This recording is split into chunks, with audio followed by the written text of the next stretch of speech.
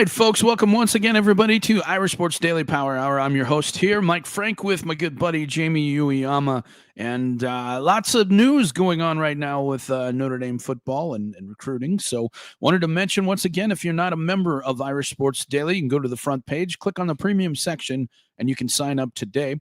There's obviously a lot happening right now with Notre Dame in the playoff. We'll discuss that. The portal's going to be heating up here soon as well.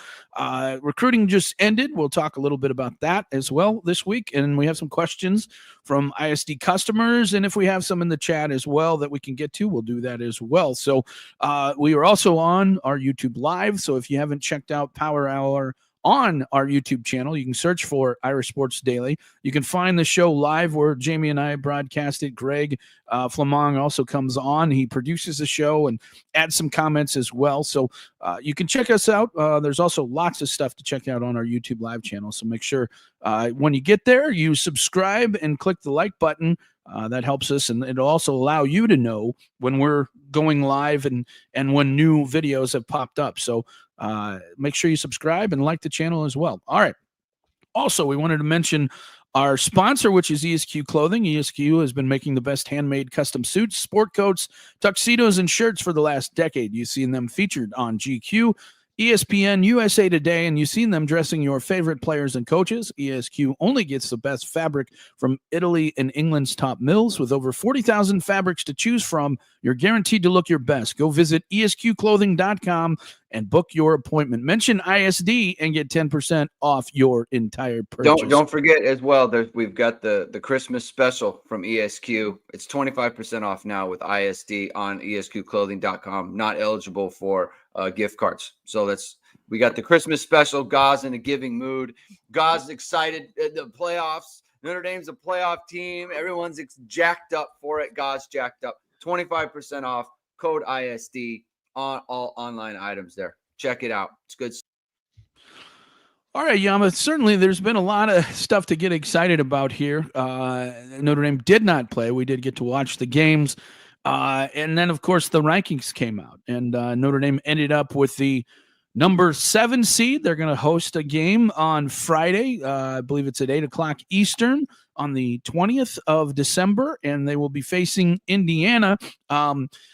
It's kind of there's a lot of good and bad in what has happened. I think here's the thing that I think is going to make this change when it's all said and done is I think when you look at teams like Boise and a team like Arizona State getting a bye, I'm sorry, the SEC and the Big Ten's not going to be happy with that arrangement. And, they only hurt themselves by beating up on each other. And that's why you're in this situation. But, Yama, I think in the end, we'll see some change real quickly because that's the way this thing ended up. I mean, I can't imagine the SEC or the Big Ten is very happy about this as it is. They only have 2 teams with a bye in Oregon and Georgia. Notre Dame, if they do happen to beat Indiana, will face Georgia. And that game will be on, I believe, January 1st. It's in the Sugar Bowl, which is in New Orleans. So obviously, if Notre Dame can get past Indiana, that's a big game that they're going to have facing the number 2 ranked team in Georgia.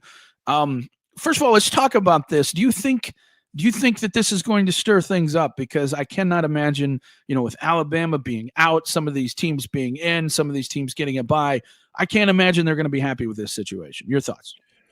Oh, I mean, I definitely think it's going to change things. I mean, you already – it's so ridiculous that they were already complaining about, well, now we just aren't going to schedule anyone. It's like you didn't schedule anyone.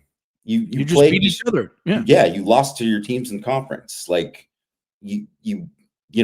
Old Texas Miss losses are to Texas or to SEC teams, Georgia to SEC teams, Yeah, Old Miss, Alabama, South Carolina get left out. They went 12-0 against their out-of-conference opponents. They all played an FCS team. They all played a couple of crappy other teams, and then they, Old Miss beat Wake Forest. South Carolina. They played Clemson, which is their rival. But what are they going to do? Drop Clemson? That's not happening. It's a rivalry that most years that's the only game that means anything for South Carolina. right? Yeah. And Alabama played Wisconsin, who didn't make a bowl game. Like, so what are we talking about here? Like, they're being ridiculous with that. But I just think that Boise getting the 3rd seed is stupid. When Arizona Ridiculous. State getting the 4th seed is stupid. I mean, they really only have themselves to blame because they agreed to this, right? They agreed to this, and they're going to change it. But I really think, and I tell me if you agree with this or not, Mike, but I think that their whole thing was, hey, we can't let Notre Dame qualify for a bye because they're not in a conference. So we got to give it to conference champions. Yeah. Well, but look at when it happens like this, Boise does not deserve to have a favorable seed, going into this. Neither does Arizona State. Do they deserve to make it for winning the conference? Sure. Absolutely. I think that's fair. I think that's totally fair.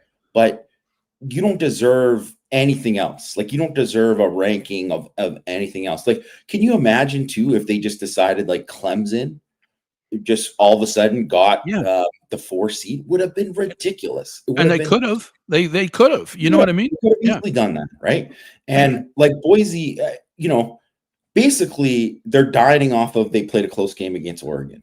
Yeah, that's it. Because I told you Oregon wasn't any good. I told you their defense was trash. And when Penn State scores that much on your defense, look, Oregon certainly can score. They're a good team, right? There's no doubt about it. But they're a good team, but they're a flawed team. Like all exactly. And everybody kept saying Oregon's this great team, and it's like, no, they're not. No, they're not. They can score and they have a pretty good team, but I don't think they're really that much better than anybody. I think any one of these teams, any one of these 12 could win it. I really do. I could see SMU winning it or even Penn State, the way they're playing offensively, they're playing better. I'd be shocked if that happened, but I could see it. Ohio State could get hot. Tennessee has certainly some talent. Texas, I don't understand how Texas and Penn State are ahead of Notre Dame. We can sit and argue about that until our face turns blue. It's just the reality of things. But Texas hasn't beaten anybody. They haven't really played anybody. And so I don't know. I think it's going to change. And I'm glad that it doesn't end up being a situation where it's Notre Dame that is standing up and crying foul on it. You know what I mean? I'm glad that it's the SEC and Big Ten that are going to be standing up and crying foul on it. Because if it were Notre Dame, they'd have no leg to stand on because of what they agreed with this situation. I didn't like this to begin with because I could see how this was going to happen. But let's be honest, Jamie. If Notre Dame was 10-2, there's no chance they'd have they wouldn't have made it. No. And you know what? Even if they play a tougher schedule at 10-2, I don't think they'd make it because they're doing everything they can to keep Notre Dame out of this. And you can look at the way the rankings happened this year.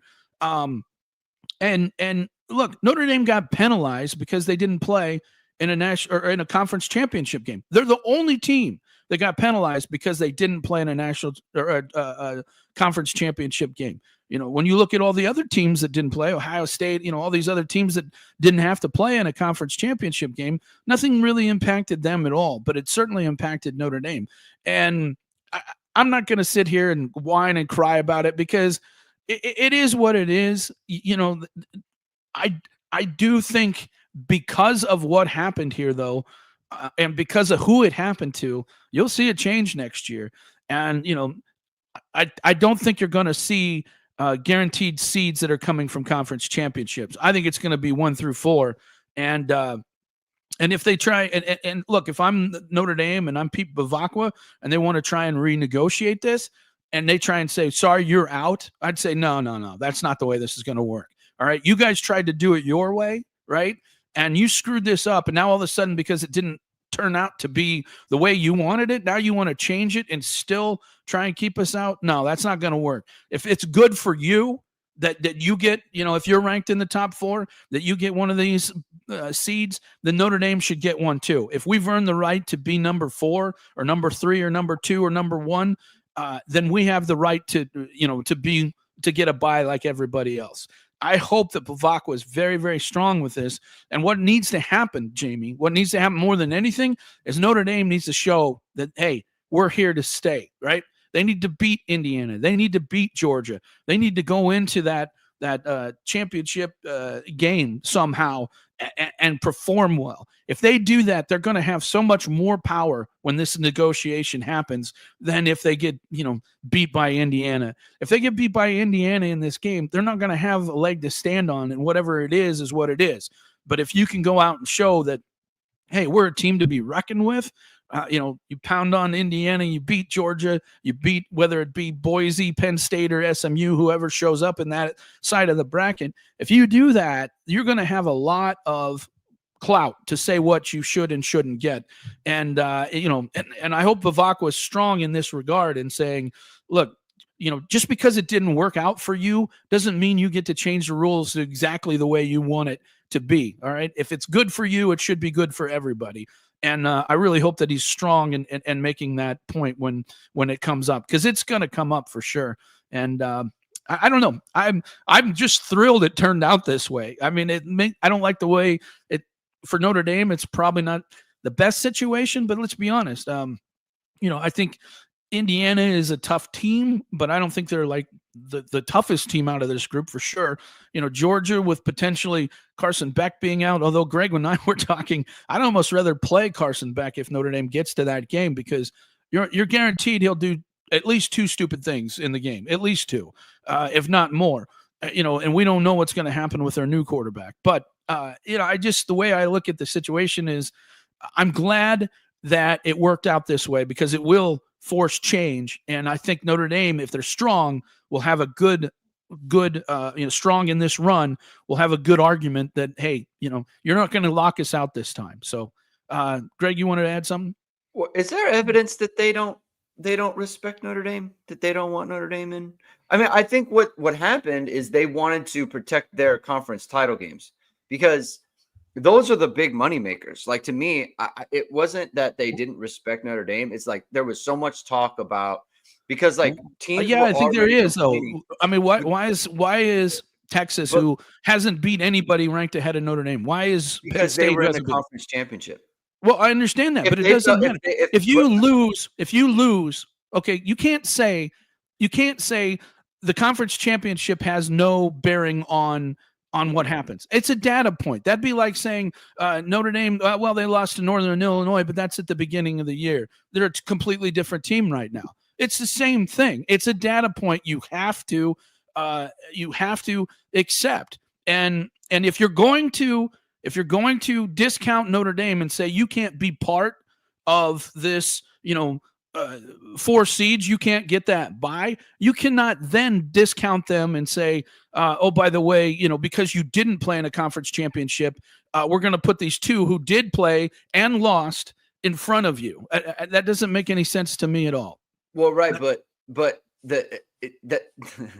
that's not the committee's fault. Like Jack Swarbrick agreed to that part. Like, no, he didn't. Nobody agreed to. Look, if you guys lose a conference championship game, that we're not going to discount it, or we're not going to do it. They made that decision this year as they were watching. But Swarbrick said Notre Dame can't get a bye. The reason that they didn't drop. That's not what I'm talking about, though. I'm talking about why is Notre Dame ranked 7th versus 5th. They're seated 7th because they're ranked behind Texas and Penn State. And why are they ranked behind Texas and Penn State? Because they don't want to lose their conference title games. There was a lot of chatter about. How is that Notre Dame's problem? It's not Notre Dame's problem. It's not. But the point is the committee. It's not that they don't respect Notre Dame. Look, if you want to, if they want to make a big change, you cannot have current ADs as part of the people making the selection. Totally agree, 100%. Ward Manuel is an athletic director current. That can't happen, right? It never should happen. I think they respect Notre Dame, but they are beholden, and this is the problem with the whole conversation. They are beholden to the conference title games and the conferences and the money that comes along with that. That's what they're protecting. Well, then you're going to have to face the consequences of losing that, because if Notre Dame can't be in, if they can't be in as a seed in the top 4, then they should not be penalized because they didn't play in a conference championship game, which is what that's the penalty that Notre Dame has to play. Okay. They have to pay. We can't get a seed because we're not playing in a conference championship game. Well, if Texas and Penn State had the opportunity to rise and become the number 1 and 2 team, if they won, then they should have to face the consequences of losing that game. Just like when Ohio State lost to Michigan, they had to face the consequences of that. Just like, when Miami lost to Syracuse, they had to face the consequences of that. You cannot just arbitrarily say, just because we're playing a conference championship game and we, the Big Ten and the SEC, want the money from that everybody else has to just be screwed over because of that. That's not right. It's not right. I'm not saying you're wrong on that point. What I'm saying is, like, I think the committee, I think they respect Notre Dame just fine. It's just that they were beholden to the conference title games. That's what I mean by that. Like, I think they respect them. And the fact that, like, look, I think given this, it should have been a bigger deal that Notre Dame was behind Penn State going into it. Right. They shouldn't have been last week. That was the problem. Right. That is the problem because they did nothing. The result of the game didn't change anything because it was like Penn State played it close. Like, it was a close game.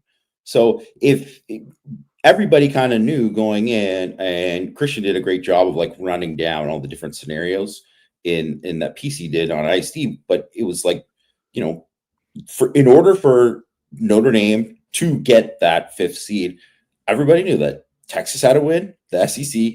They had to beat Georgia, and Oregon had to win convincingly against Penn State, and it didn't happen. Here's what.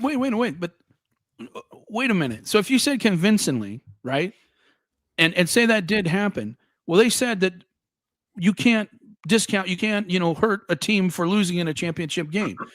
All right, that's what they said, and that's what they did when they ranked this. Okay, but now you're saying that if they would have beaten Penn State by 20, 30 points, that Penn State should have been lowered. Well, you can't have it one way or the other. Dude, no, they would have done it. They would have done it 100%. They can have it just like they were going to get rid of SMU. So then why is Texas and Penn State ahead of Notre Dame now? Then it doesn't make sense. Because Texas lost. Because of exactly how the games turned out. That's because it was the scenario that happened that it absolutely. So Texas doesn't get, dropped too much. They just basically stayed where they're at. They just got bumped from being the conference champion. So that's the only thing that changed for them with it, because you lose in overtime. They didn't. Let's be honest too. Like, Penn State and Texas, based on where they were ranked the week before, didn't deserve to drop like significantly from those games. They didn't deserve. The problem was the week before with the Penn State. But the thing is, none of this, we got to stop talking about this. It has nothing to do with anything about, like, I think if you look at it where Notre Dame is right now, just look at the bracket. Notre Dame's in the better bracket. This is a way better bracket than being on the other side and this is where the thing, because Boise State was the 3 seed now. They were actually the 9th seed. Imagine Ohio State's got to play Tennessee in that first game. Imagine if they were playing Boise. Ohio State got absolutely boned. It totally changes everything, right? So it's like Notre Dame, I mean, it's not that Georgia isn't going to be a tough game or Penn State wouldn't be a tough game, or any of these teams. They're all good. But, I mean, if you ask me, who would you rather play? Tennessee, Ohio State, Texas, Oregon, compared to who Notre Dame has on their side? You'd way rather have Notre Dame's side. No, I'd rather play Texas and then Arizona State. And if you're gonna beat Oregon, you got to beat them anyway. So I would rather be 5 myself personally, because I think Notre Dame would kill Clemson. I think that they would beat Arizona State handily. And if you're going to beat Oregon to be a national championship, you're going to have to beat them anyway. So you may as well face them in that semifinal game and then take off whoever is in the other thing. So I would rather be 5 than 7, but I'll guarantee you this. And I would have rather been 6. I would have definitely rather been 6 than 7. Because you're facing SMU and then you're facing Boise. Yeah, exactly. Yeah, so, no, for sure. But I mean, if you look at it too, but just based on how it all plays out, it's like the teams on the right side on Notre Dame's bracket, those are teams are weaker than the teams I on the agree left side. 100%. I agree 100% in that. I think Notre Dame has the better side of the bracket for sure. But if you were at 5 or you were at 6, you have a pretty good path as well. I'd prefer either path, but it doesn't matter. As you said, it's set now. So who cares at this point? But I do think you have to talk about the idea that, hey, look, it's going to change. I just hope that Notre Dame is strong. And when they're negotiating this and saying, hey, look, just because it didn't work out for you, now all of a sudden we have to change it. No, that's not the way this is going to be. If we're going to set it up right, we need to set it up fair for everybody. And I think that this is going to be something that's going to work out well in Notre Dame's favor. We'll see. But this idea that, and I would be very livid if Notre Dame just all of a sudden said, hey, you know what, we're just going to accept the same situation. Even if we're ranked number 2, we can't be in the top 4 with a bye. I'd be very disappointed if that happened. And I hope that doesn't happen. But I guess we'll have to see when the negotiation happens. All right. Now, let's talk a little bit about Indiana. I've watched this team, and it's interesting. I heard Signetti was going on and on about how they're blowing all these teams out, and all that is true. And you want to see that. And I think that Indiana is going to be a tough out. Don't get me wrong. I really do. I just don't think that they have the skill, talent of say a USC. I don't think that their offensive line is all that good. I think they proved that against Ohio State. And I'm definitely not sold on their defense at this point. I think it's pretty good, but I don't think it's great. But I think what you have in Indiana is a good team. And sometimes, Yama, a good team is much harder to beat than good individuals. And, you look at a Georgia, I think that's a bunch of individuals playing. I don't think they're a great team at this point. I do think Indiana is a good team. And that for that challenge, I think that's going to be a very difficult challenge for Notre Dame. There's probably less of a chance that Notre Dame would get blown out versus some other team. But I do think it's going to be a very difficult game for Notre Dame.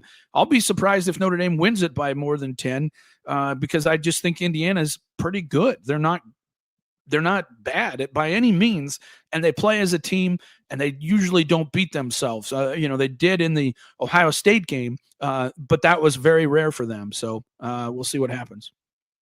Yeah, I think one of the things with Indiana, I mean, they did beat themselves somewhat in that Ohio State game, but Ohio State really dominated that. They did, game. yes. Like if you look at like the numbers of like what actually, like they averaged 2.56 yards per play. Like they couldn't do anything. Right. And so that's the thing with Indiana is like they have absolutely, like similar to Notre Dame, they've dominated anyone who's like a mid to a bad opponent, they've dominated them. They have, and they're a really well coached team. Obviously, Kurt Signetti, Google him, right? He has won wherever he's gone. He's obviously a good football coach. They're a well coached team.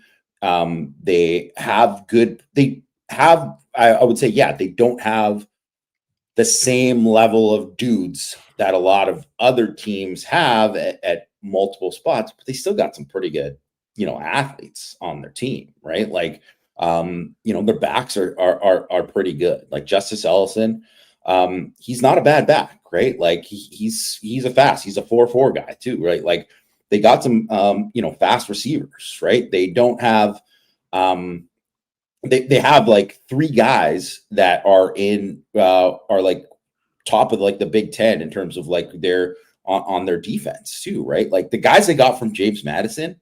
Yeah, good players. Those are real guys. Those are real guys. They're good players. They are. Right? Like Jalen Walker is a stud. Like he's a big time stud. Pons is a stud, corner. They're good players. Like they have some guys that are quality. They don't just make it out of anything. So they absolutely deserve to be in it. In saying that, against the 2, quote unquote best teams they played, they were looked totally outclassed. They just did, right? Yes. They did, specifically in the second half against Michigan. Like they got dominated in that second half. Like, they were lucky to win that game only because Michigan's offense just stinks, right? Because if you think about with the Ohio State game, Michigan's offense didn't do anything in that game. Their defense won them the game, like turnovers and everything. Their field goal kicker ultimately won them the game.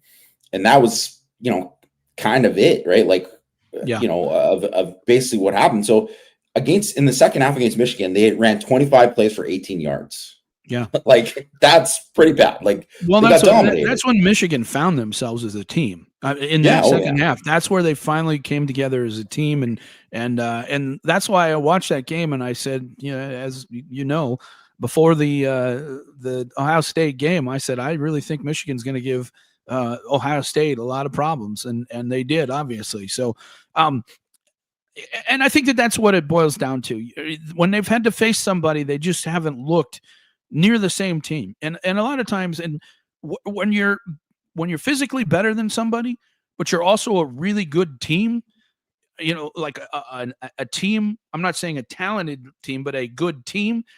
You can blow teams out because you don't make mistakes, right? You're efficient.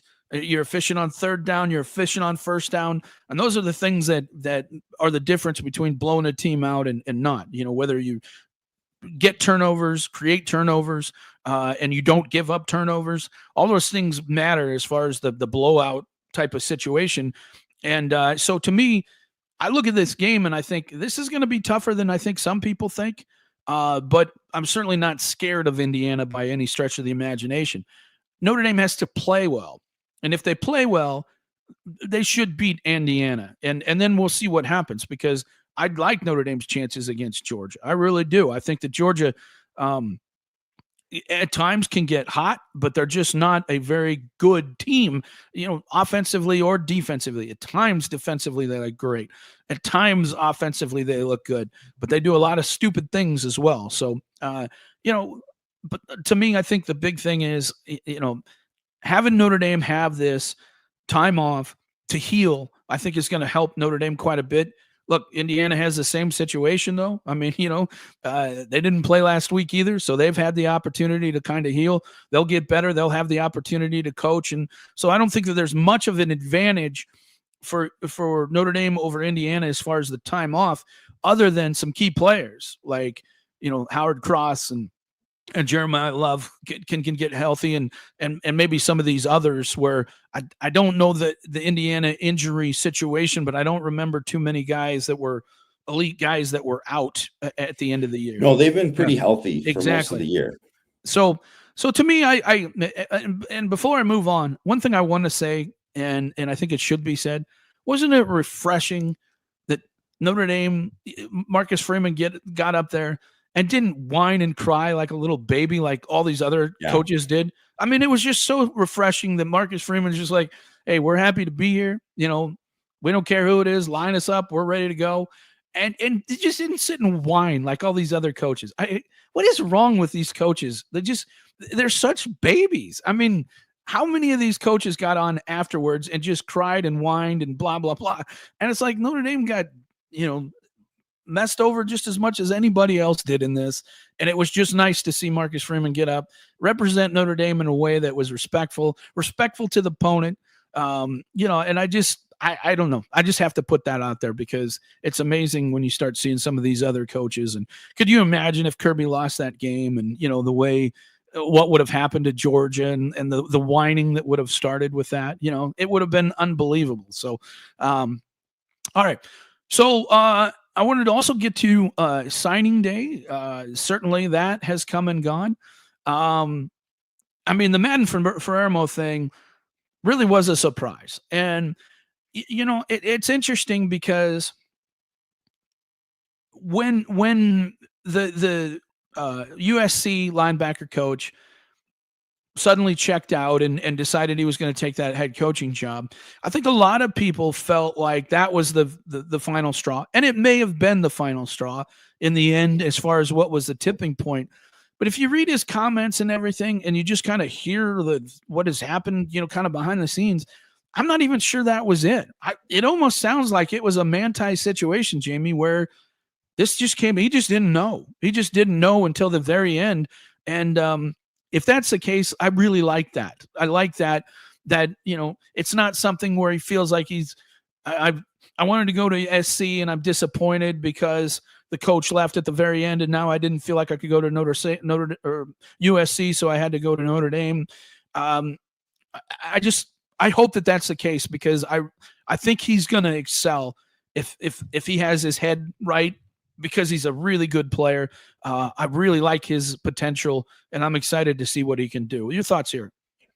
Yeah, I think, yeah, I mean, super similar to the Manti situation. And then also KVA was like a very similar thing too, right? Where he had to like go away for a few days and kind of like think on it. And I think that's something to, I really like. It would have been bad. I know everyone wants kids to like, man, I wish this guy gets in the fold here and commit early. Like, there's so much pressure on these kids, Yeah. and there's so much stuff tugging at them. And obviously when you're 17, 18 years old and you're going to move across the country and you're going to go and it's going to be cold, there's all this kind of stuff that you have to think about. When everyone just thinks like, man, wouldn't he just be a great fit in the defense and whatever? There's obviously a lot more that goes into it than that, right? And I think, to make the decision and then also like,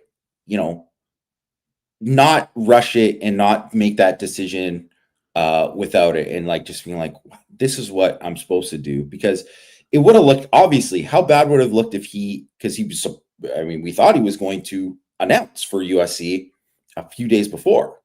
And how bad would have looked if he did that and then he signed with Notre Dame? So it's like, you know what? He went and thought about it and all this. And obviously, yes, he was worried, and it worked out great for Notre Dame, a huge win for Notre Dame.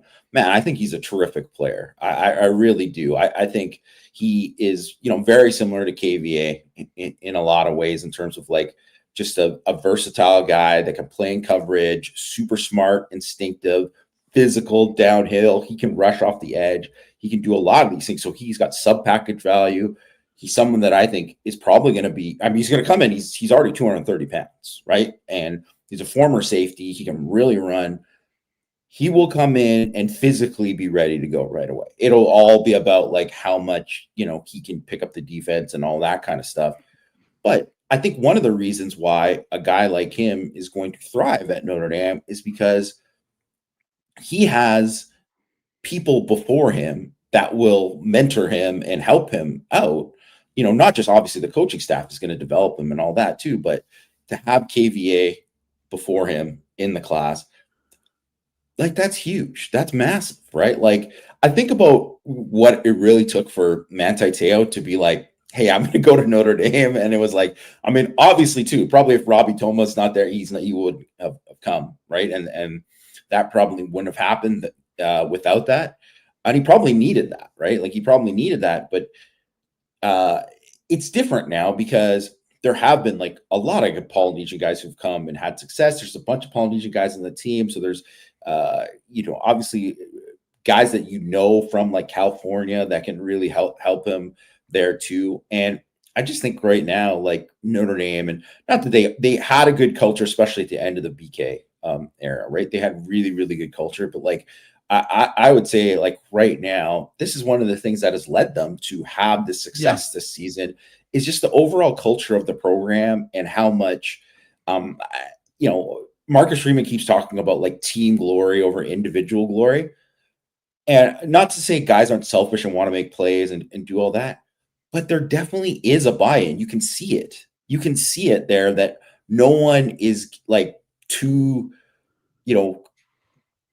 focused on trying to be, I want to be the man, right? Yeah. Especially on defense, because so many different guys play, especially at linebacker, right? There's so many guys that they know, like, hey, I'm going to get mine and you're going to get yours, and we're all going to come together and play great defense. And that's just one of the things that has worked out so well for Notre Dame on defense. And I think he's a great scheme fit. I think he's going to fit right into the culture of Notre Dame, and has a chance to be a really, really good player. Yeah, Greg put up there the story that Christian wrote today about his decision, and some really good insight there into kind of what he was thinking at the end. And so if you're not a member of Irish Sports Daily, just go check it out. I think it's a free story right now, I believe. So you can check it out and just kind of read what his thoughts are. And And I think that what you said about Notre Dame is true, Jamie, in that, and that's why I think they have a real shot in this playoff, and that is because I don't see a great team, and meaning like an elite team with an elite quarterback. I don't see a dominant offense. I don't see a dominant defense. So if you have a good team, you have a great chance to win this. Just like Michigan won last year with a great team. I wouldn't say that they were the best at anything. It's just other than being a great team, and they were the best team. There's no doubt about that. And I hate saying that, it hurts saying that, but that's the case. And I think Notre Dame has a chance in this playoff because I think they're one of the best complete teams, meaning they play well together. They don't hurt themselves. They don't do stupid things usually. And so I think compared to all the other teams that I've watched, Notre Dame is, one of the best teams out there. So I think we'll see what happens. Now, back to the recruiting. I'm doing my annual, 2-class look. I look at 2024 and 2025. I put the defense or the offense up today. Defense will go up later today. And it's one of these things when you look at the classes together, you look at 2024, 2025 offense, and same thing on defense. They complement each other pretty well in that some of the holes that you saw in 2024 were sort of filled in 2025.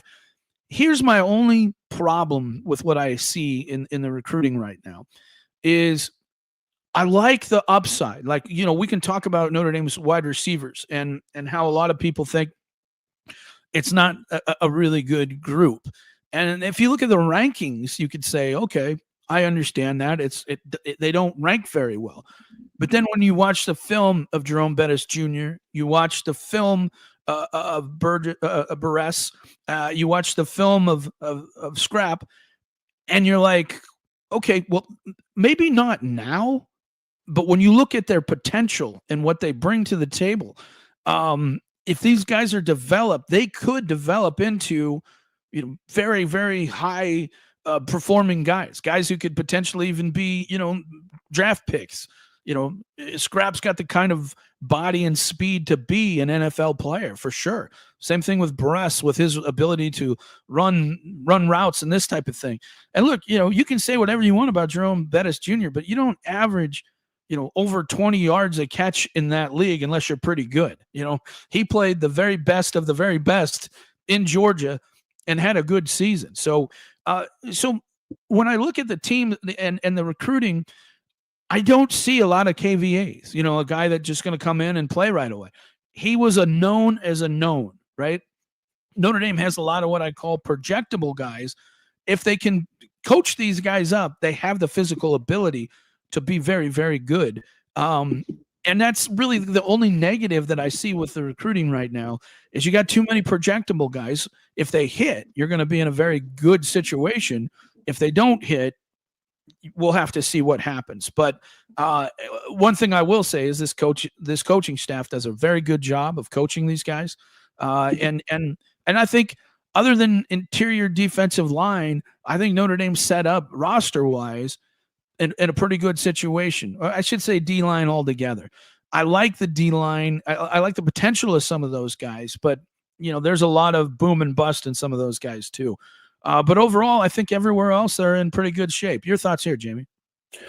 I would say I totally agree with the defensive tackle thing. I think to me, like that is the one area where you're not going to know for really like a few years.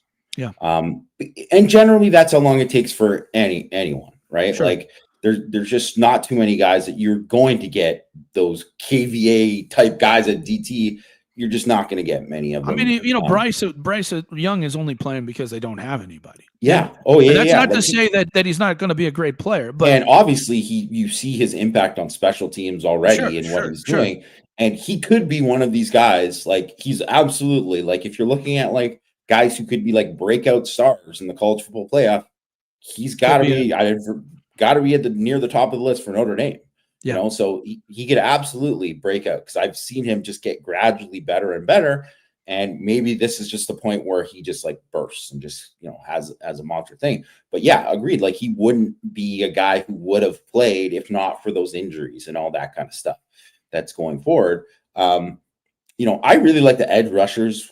I thought Hulak and Burgess, and I was not a big Burgess guy before. Neither was I. This, and I thought he really looked so much better as a senior. I thought he took a big step, and he just has. And the thing is too is that he really has like exceptional traits that like I think that I just needed to kind of see that what I saw as a senior to kind of get me to buy in more. And I still got a long way to go to development, but I think, I think there's a far better chance of him hitting now than I would have thought before. If he wants to be a great player, he's going to be.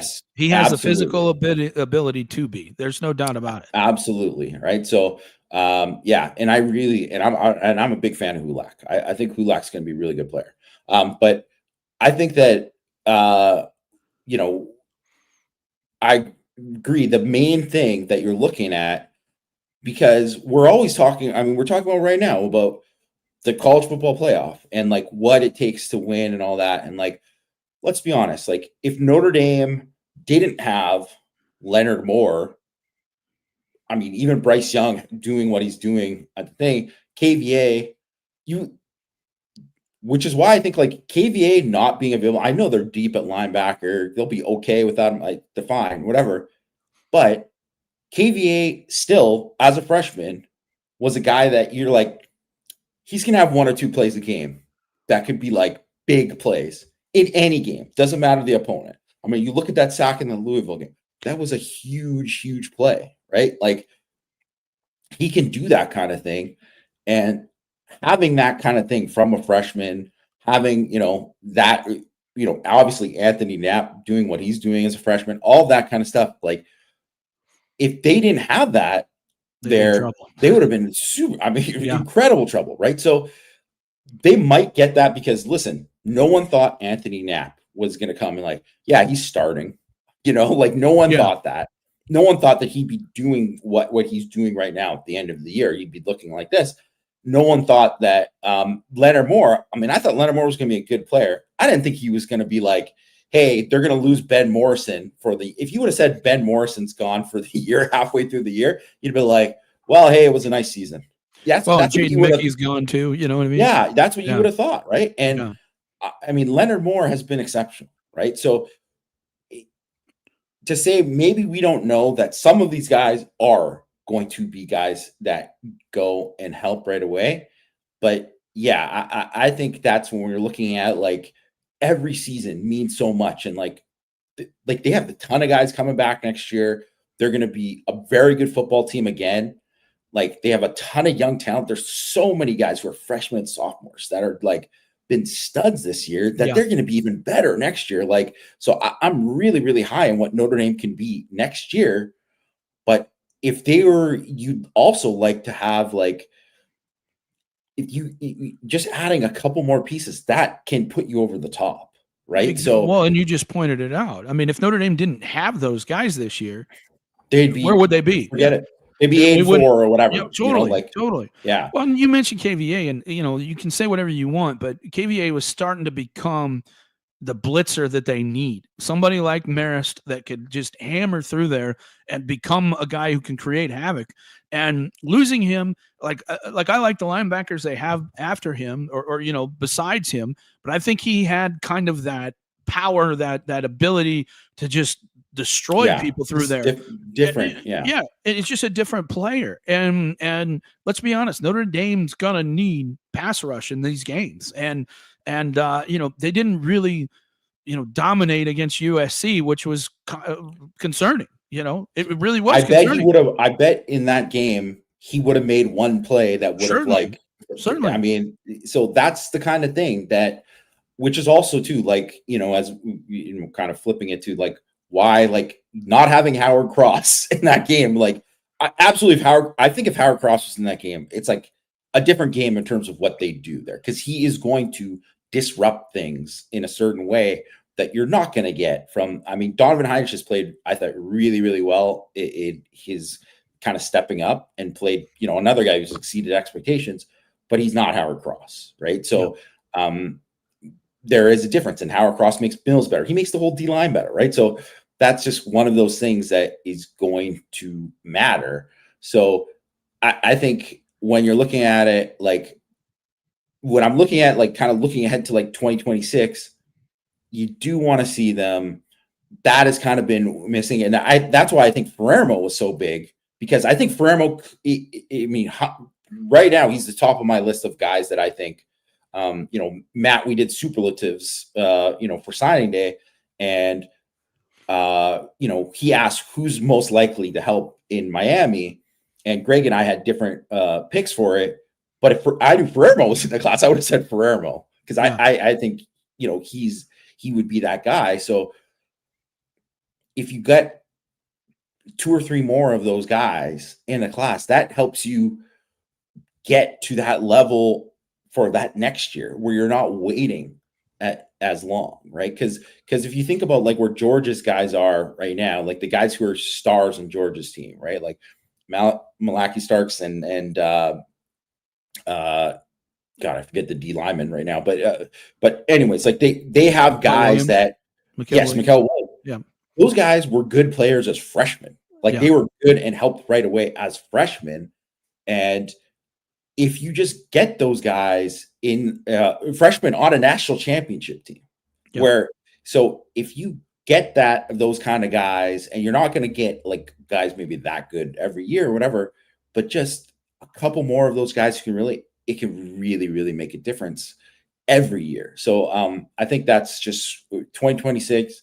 That's the thing I'm looking at. Obviously, they do such a good job of developing these guys, identifying talent. I think way, way better. You can just see the difference, Mike, between, the way that the entire BK era and, this Freeman era and Chad Bowden and, the whole staff and what they've done in terms of evaluating and just getting better athletes. I think that has been evident. But what you hope to see is just a few more of those other instant impact type guys. All right. I wanted to get to, before we go talk a little bit of portal, staying true to the Indiana game and this playoff run. I wanted to get both of your opinions on it, because I think it's important. And Notre Dame is going to need a certain amount of players that need to step up, I think, if they're going to make a title run. A name that just kind of surfaced just right when I said that is, Gabe Rubio, right? They need Gabe to be the run stuffer that they need. He's been injured. He's starting to become the player that you're hoping for. He needs to take the next step and become more consistent. I think he's done a pretty good job, but I think that there's teams are going to try and run the ball on Notre Dame, and they're going to have to be able to stop the run. And so I look at a guy like Gabe Rubio and I say, you need to get him activated. You need to get him going. There's a bunch of others I have in mind, but I wanted to hear your thoughts. Greg, let's start with you first. Like not Jeremiah Love type. Right? Yeah. Guys that that are kind of on the cusp, and you just, like a Logan Thomas would be a good example. Yeah. I think, I was actually watching the USC game last night, and kind of a theme of the last like 2-3 games probably is I think Jalen Sneed is flashing, and I think that he's really showing a lot in kind of the little things that kind of lead to big things. This is something that like Xavier Watts was doing a little bit like at the end of 2022. And it's different because Sneed is older, right? So Watts did it in 22. He had 2 years to grow on that. But I think Sneed is really showing something. And like Jamie's point was talking about like, the plays that you're missing from KVA. And I'm really glad he brought up the Louisville game, because I was like, that sack was like, it was a huge play in the game. It got Notre Dame off the field in a situation where Louisville was kind of going in to score. And they got Notre Dame off the field there. And if like Jalen Sneed can give them something like that in the playoffs, because I think they want to play him now, and I think they trust him more. We're not seeing the bust that we've seen. he's such an electric athlete. I mean, it really stands out. So I think Jalen Snead, especially in the opener, Indiana's going to be throwing a lot. Notre Dame's going to be in a lot of sub packages. There's going to be a lot. There's not going to be a lot of 4-3 stuff for Notre Dame in this one. So I kind of like Jalen Snead. Like, I feel like he's on the cusp of having, how Jamie, how Botelho had that big bowl game against South Carolina, where he just suddenly came out and was just like a real problem. I wonder if Jalen Snead could have a game like that in the first round there. Yeah, I think that's a great pick for that, because I really do think, and we talked about it for the last few weeks too. Like, I think he's shown that he had that really good game against Navy, but whenever you're doing that against one of the service academies, you always think, well, it's a different scheme. It's this, is it just for this 1 week or whatever? But no, he's really like built on that. And they mentioned too, like in terms of like how he's practiced and how much better he's looked and how much more confident he's been. But you can see it out there. And I do think, like, specifically as a pass rusher, like, because we were talking about that thing, like, that is something that absolutely they would need. So, and that's why too, Bryce Young is another one of those guys, right? That I think, like, if you're kind of looking for that, like, that would be someone. I think on offense, for me, Eli Reardon really pops, because I know, you don't want to overreact, because it's like he didn't have, like, it's not like he got a ton of targets near the end of the year or whatever, but that touchdown was, I mean, to say that he blew off the line, like, he was moving off the line and just cooked that linebacker, Mason Cobb, and he looked fantastic there. That just made you think, like, man, get this guy the ball more, give him more chances to just get out and run. And the way that he has blocked and has been so much better. Yeah. And obviously, you know what? You expect Mitchell Evans, they're going to get plays from Mitchell Evans. Yes, you should go and like throw up 50-50 balls to Mitchell Evans and all that. But it's like, that's an expectation. They're going to get that at some point. Mitchell Evans gonna make 1, 2, 3 plays in the game that are going to be impactful in some way, where he moves the sticks, makes a great catch or whatever, something like that. But for Notre Dame, with all of the weapons they have, I think we've been waiting for, this receiver here, receiver there. And would it be great if Jordan Faison or Greathouse or one of these guys really took off? Yeah, obviously it would be. But I think Reardon, it might actually be Reardon who could be that other guy who's just like a weapon. And I look at so many of these games too, where when we talk about all these teams, how they're, flawed, right? There's so many different flaws and there's so many different things. And what really stands out to me about this year is that from so many of the teams is there's not that many teams that out of these 12 teams that are really explosive throwing the football, right? Like, they're not like as explosive as you would expect for a lot of these teams. Like, even Ohio State, with those dudes they have there, they're like, why aren't they more explosive, right? Like, there really isn't a good explanation for why. And so Texas, Georgia, Clemson, SMU are the only 4 teams that are the top 15 in explosive passing, which is like, normally like that is like a marker for like, hey, you're gonna have it. But think about it. 8 of the 12 teams they're not in there. And there's some that are like, I mean, Notre Dame is by far the least explosive passing attack out of all the teams in terms of just raw numbers. But like, really, like, I mean, SMU, it's not like they have some dudes at receiver, fine or whatever, but they're not like scary. Like, I would argue that USC's receivers are scary, probably scarier than most of the teams that Notre Dame. Oh, absolutely. Faced, right. Absolutely.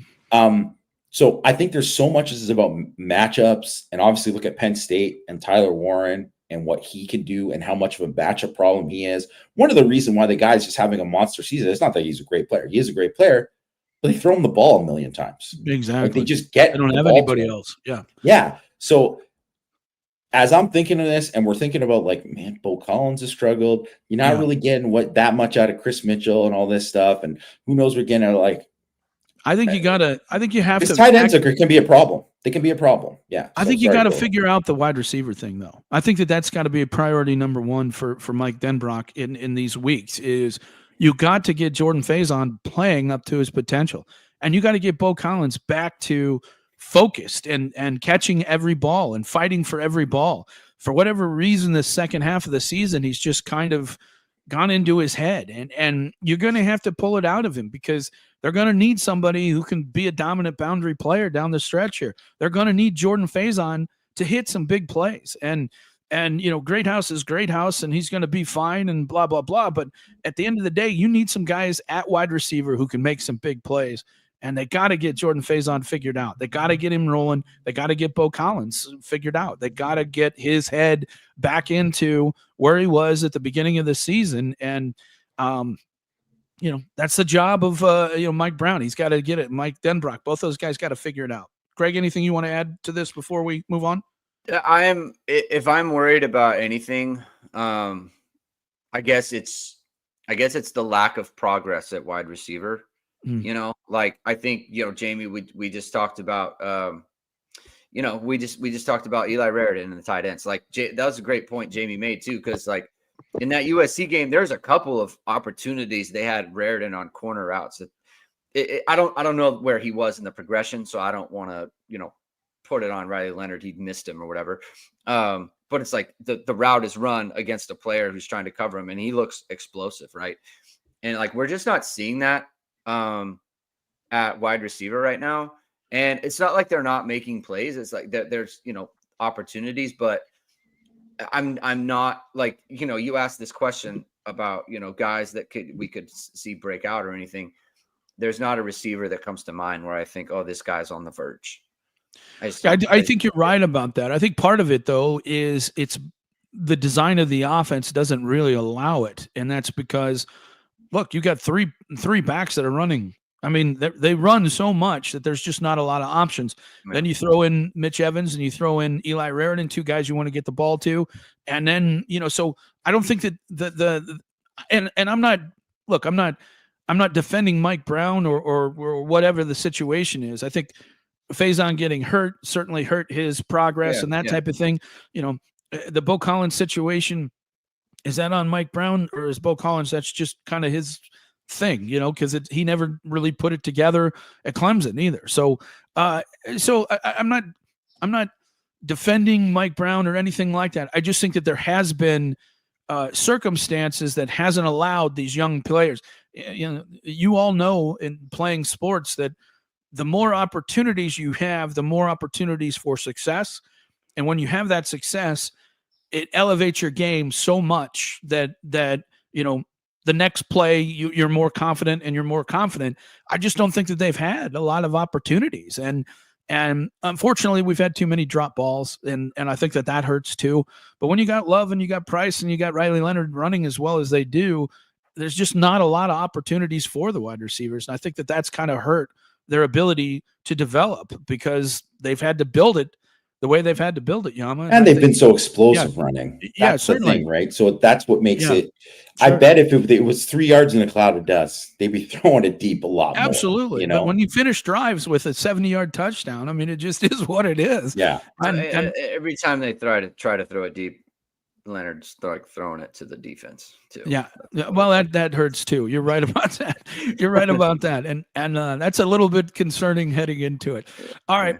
We're probably not going to get to portal because we're already 60 minutes in it. So we'll just get to the questions. There's not going to be a lot of news in portal, I don't think, anytime soon. So we'll be able to hit it next week and then talk more about the game as well. But we got some questions here. In hindsight, the playoff rankings aside, do you think an NIU loss made ND a better team? And if they squeaked by the Salukis, it would not be the same team. I 100% agree that. I do think that it has made them more mentally tough and the ability to handle adversity that if they didn't have that. But that could have come in another game too. They could have dropped another game versus this one. But I do think it allowed them to focus. And more important, Jamie, for me, one of my big concerns heading into this season was team leadership. And I think we saw that in that NIU game, that it just was not there. and then all of a sudden it had to be there because the season was going down the drain. So I think it made those leaders grow up in a hurry. And so, was it the best thing? I don't think it cost them too much. It cost them a 5 versus a 7. That's really all it cost them at this point. And you're going to have to earn everything you get from here on out. Your thoughts? Yeah, I mean, obviously it was like a catalyst for so much. Like, look at the response after how angry they were at Purdue and how much they just dominated that game. And I think too, like going through that adversity kind of helped. Like, so when they had a bunch of injuries after, they were like, "Hey, we already dealt with like some of the stuff that was the worst that could happen." And look how they they handled it. And I think if you 2018 very similar. I mean, they won the game against Ball State, but that was an ugly game. Yeah. Like, it was not a good game. I think most people who watched that game, who were Notre Dame fans, thought, "Man, we might stink this year."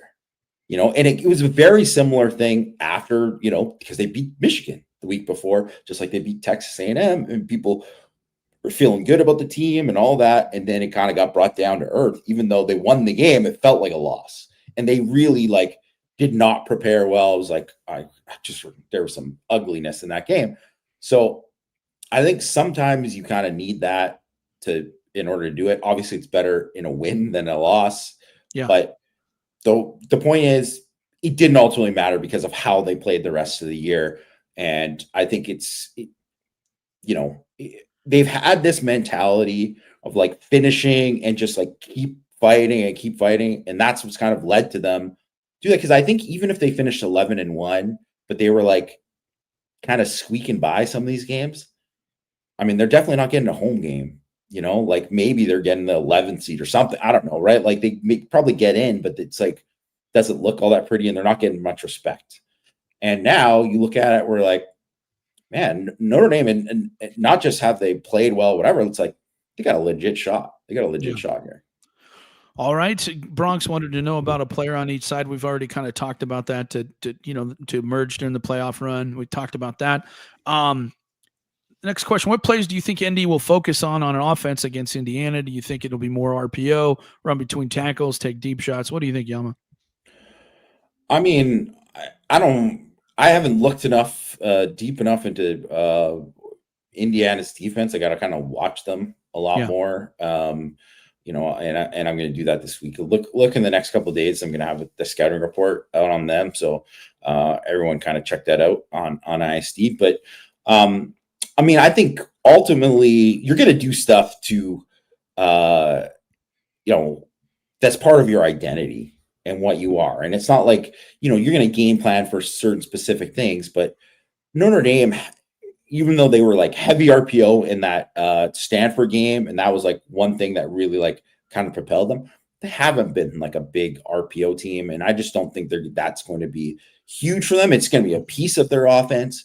So really what it's going to come down to is like, man, they're going to run stuff. Like they're going to spread them out.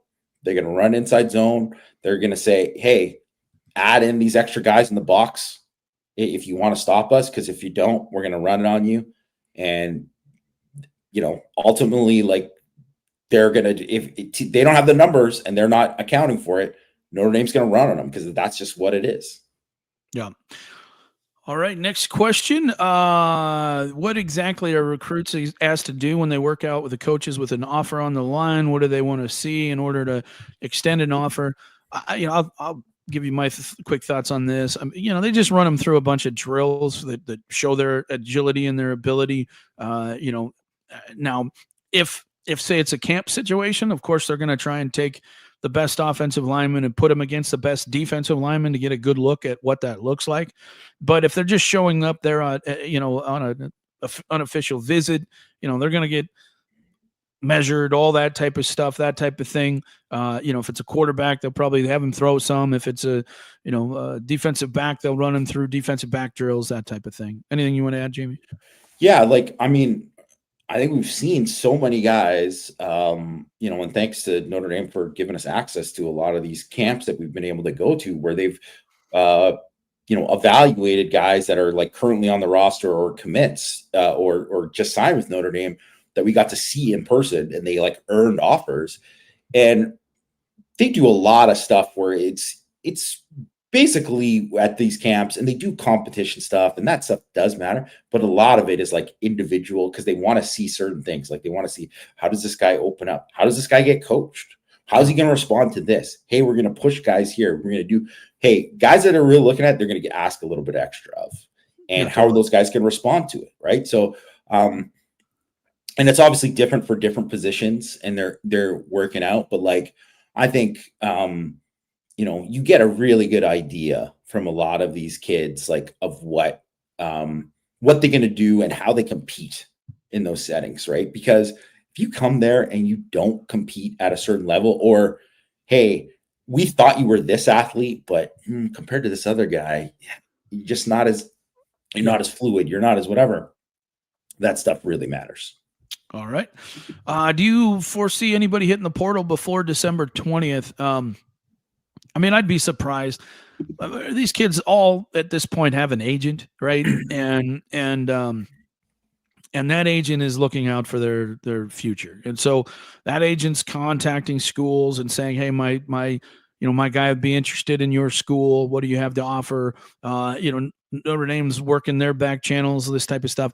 Most of this stuff is either, I would guess a lot of it's already done. If I had to guess, I would guess that a lot of it, like Notre Dame probably has a pretty good idea of who they're going to land in the portal already. And I think last year they had a pretty good idea in the same situation. So, I think a lot of people think that, all right, the portal's opening up now and all these people jump in and the coaches are like, oh, wow, we get a shot at this guy. No, they knew long ago that this guy was going to get in the portal. And if they were interested in him. Now, I'm sure like a guy like Devin Brown today, I don't know if you saw that, but the Ohio State quarterback, I'm sure he's already talked to a bunch of schools and said, hey, I'm going to be available. I'm going to put myself in the portal. Would you be interested? Whether he has his whole thing figured out or not. If I'm Devin Brown, he's a guy that's got a lot of talent. He's a very high rated guy. He doesn't need to jump right away. If I'm him, I go take a whole bunch of official visits again and just make sure that I'm getting into a situation where, one, I'm both wanted, and two, I have a real opportunity to start, and three, that the talent around me will allow me to succeed. And if that's what you're looking for as a quarterback. So again, I think you're probably going to find that a lot of these guys have probably already worked out where they're going to go. There's probably some lower, I don't want to say lower, but guys that don't have a lot of film, guys that haven't played a lot at, say, Notre Dame or Ohio State or whatever. Those are probably the guys that are most likely going in the portal, because nobody really knows much about them at this point. But as far as Notre Dame, I'd be surprised, but you just never know. I'm sure there are guys that are going to be leaving for sure in the portal. It's just, I would think if you're in a championship run, a lot of these guys would want to stick around and see what happens. You surprised about the Devin Brown thing? Because he's their backup, or was. I don't know if he still is. I'm not totally surprised, just because he hasn't really played. You know what I mean? It's not like he's ever been even if you look at with McCord last year, they would insert him into some certain packages and do that, and he hasn't had that. And I think, and also too, it might be an indication that Julian Sand or Nolan, somebody else is those guys rising, kind of right there, right? So it might be that. I don't know. I'm never surprised if it's that kind of thing. Just kind of with the Jaden Mickey, right? I think people could say, man, Jaden Mickey, look, because when Morrison went down, man, he's probably really regrets it. No, I don't think so. I think he just made that decision and he did what's best for him, because the difference between 1 or 2 years can be a big thing for him, right? So I wouldn't be surprised if there's a couple of really down the roster guys that went in before, but that's it. The other thing you got to remember is they're Notre Dame students, so they got final exams right now. So some of these guys are worried about that. Maybe they'll get into the portal after that too, or something too. I think that's what you'll see too. Is they're going to have to do something eventually, and the lower guys that just really don't have a chance to play here, those would be the most likely. All right. Do you think the outcome of the ND playoff seed will cause ND's administration to rethink their independence and the negotiations for the next version of the playoff? We kind of discussed that. There's discussion as far as whether they should be in a conference or not. It's not for today, maybe after some other playoff games or whatever, we can discuss more about that type of thing. But,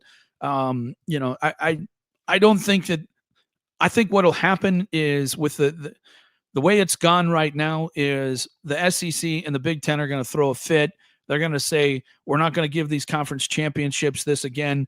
There'll be a new negotiation. And what Notre Dame does there is going to be interesting. So we'll just have to see what happens. All right. Is there anyone that may be healthy for the playoffs? We kind of discussed that. We're hoping it'll be interesting to see if KVA can come back for that second game. I would love to have him in that second game. But again, I don't know his specific injury. But it sounds like it's not, like a sounds really like he's bad not that close. Yeah. It's not going to happen this year or this game for sure. So, okay. Let's see. Somebody asking about his injury.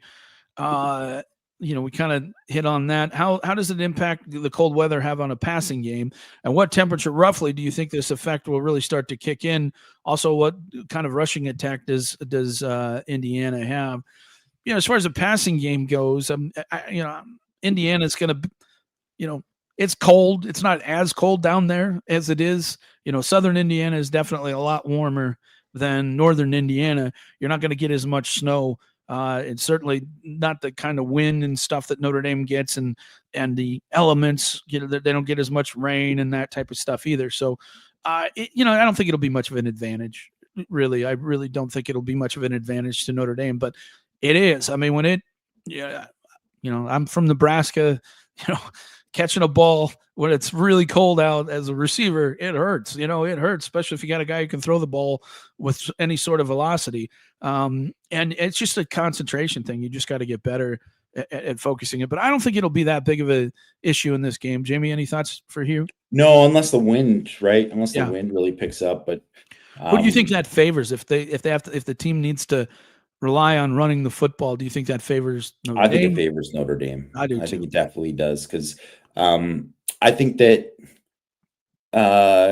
how Indiana runs is, their O-line has played well, but like you said, when they've played against better defensive lines, they've had a tougher time. So they scheme up a lot of runs, but it's like, you can't scheme up as much stuff if you can't throw the ball as much, and it's not much of a threat. So it favors Notre Dame. And let's face it too, like, you can do all these things right against Notre Dame's backs, and they can still get it for 60 because they are that good, right? Like, or you can play a guy has Riley Leonard, and he has his responsibility, and Leonard makes a miss and rushes for 30 yards, right? So they don't have that. Rourke he's not a bad athlete, but he's not a true dual threat. No. Not even close to like a Leonard, and their backs are, I think they're decent. They're pretty good, but they're not pretty fast. Yeah.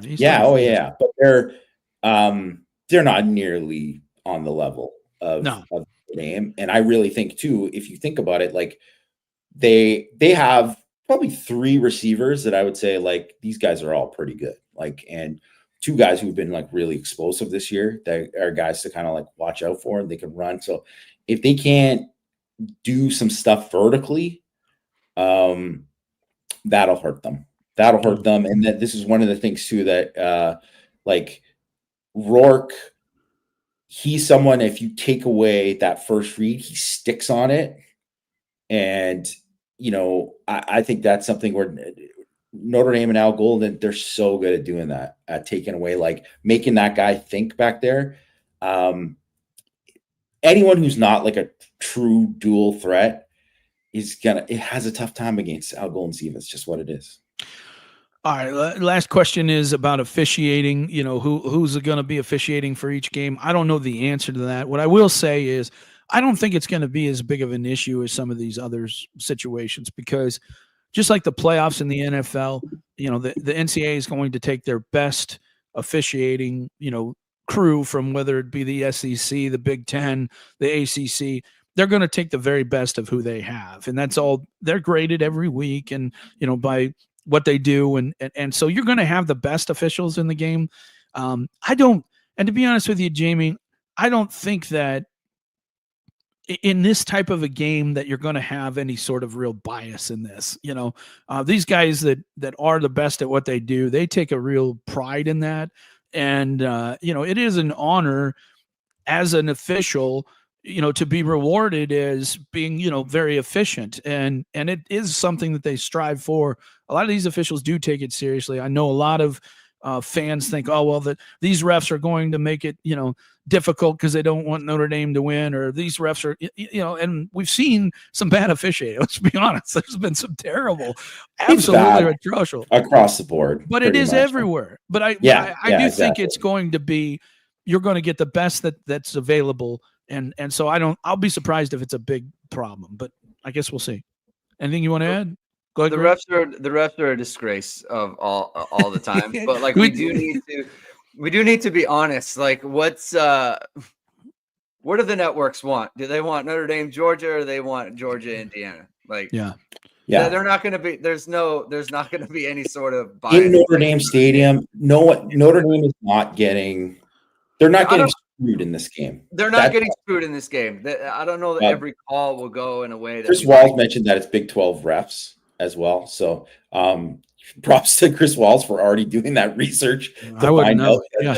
Probably because you just we got people monitoring all aspects. Chris Walls is on Carson Beck as well. Carson Beck ruled out UCL injury. Yeah, he's going to have surgery, so he's ruled out for probably the playoffs of the season. If he's having surgery, he's done. I mean, that's like Tommy John, right? Yeah. So he's gone. It's funny too, because I was watching the game with my wife, was just in the background just watching it, and she saw it and she's like, "Ooh, I think that's Tommy John." And I was like, "Oh, it's not good." Like she could just tell right away. Yeah. Like it was your elbow's not supposed to bend that way. Yeah. Well, you could tell, but it's going to be interesting because Carson Beck, I'd almost rather play him. I just really would, because he has been so consistently inconsistent that he gives you an opportunity to win every game. I don't know much about the Stockton, I think is the kid's name. I don't know much about him. I mean, I really liked him as a recruit. It's interesting. I read a lot about him, as a recruit. I mean, he came from a town of 547 people, which is very, very small. And he had a tremendous amount of yards and all this kind of stuff. But I mean, that's as small football as you're going to get. And so, is he ready for the big time? The one thing I will say that I think is an advantage, you can say whatever you want about Carson Beck, but he has seen a lot that this kid has not seen. And you can see it in practice and think that you have it down as completely different as a team. And let's be honest, it's one thing to come in and play, right? When somebody's hurt, it's something completely different to prepare for it. And, for a big playoff game, and, and teams are now preparing for you, where they weren't preparing for you coming into the game. And so, it'll be interesting to see how well this kid holds up. And, when I watched him throw, he can throw. It's not like he's bad, but he made a bad decision in the game for sure, with the pick that he threw. So, in the end. He got lit up on that one play too. Yeah, he did. So, how well do you handle pressure? How well these are things we don't know about this guy. And at least we knew Carson Beck has done some of that stuff and seen a lot of it. This kid is not going to have seen a lot of it. And I think that's an advantage for Notre Dame, especially. So anything you guys want to add before we close down the show? No, I'm excited for this game. Like, I think it would have been kind of similar to what Marcus Freeman said. It would have been great if it was a Southern team coming up and playing in this, because I think that would have been a massive advantage. Huge. Would have been a massive advantage for Notre Dame. Obviously, they don't get that now, but I mean, I do think Indiana's a good team, but I think Notre Dame is better than them. And if Notre Dame plays their best, I think they'll, win the game. So I'm excited for it. It's going to be the first playoff game, in Notre Dame Stadium. Are you staying with Mush? I am, yeah. Yeah. So you're gonna go, hopefully, Jamie? yeah. So Okay. hopefully he doesn't have too much to drink that weekend. He keeps it calm. But yeah. Are you kidding? You're ready? Yeah, I know he will. But yeah, Mush is gonna be going crazy. God bless him. I hate to say that Mush is gonna be there, but he's hell bent. He's sure that he's going to break the curse. And look, he's going to that Georgia game. I guarantee he's going to that Georgia game because there's nobody he hates more than Georgia. I know that for a fact. So I don't know. We may get mushed when it's all said and done, but God bless the guy. He's awesome. So just a reminder for everybody: Hit and Hustle tomorrow, 12 Eastern time. Me and Jamie will be live, and then we'll be back on Thursday as well. So hit the like, subscribe to our stuff, subscribe to YouTube channel and everything. All right. Also on Wednesday, Christian and I will be talking some 2026 running back. So we'll do that in the morning as well. I'll let you know exact time on that. Be looking for that on Irish Sports Daily. But we'll be back, Christian and I, talking some recruiting on Wednesday. We'll talk some 2026 running backs. Thanks for watching and listening, folks. And we will talk to you next week on Power Hour.